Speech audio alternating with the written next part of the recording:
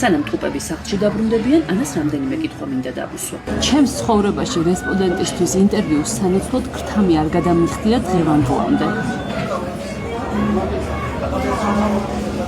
ინტერვიუზე მანამ არ დამთანხმდა, სანამ მაგფლარზე არ დავპატიშე.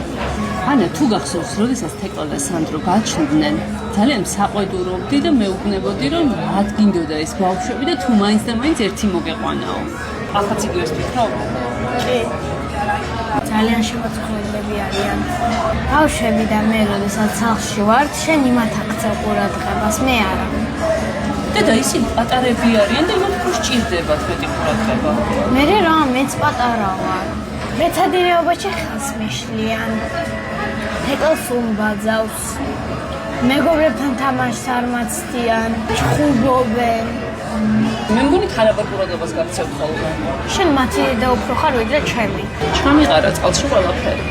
მოსაწყენი არ იქნებოდა უფრო თეკლა და სანდრო რო სახლში არიყვნენ? ცოტა.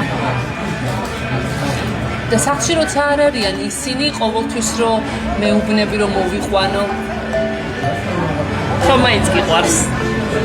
სევარდ კი.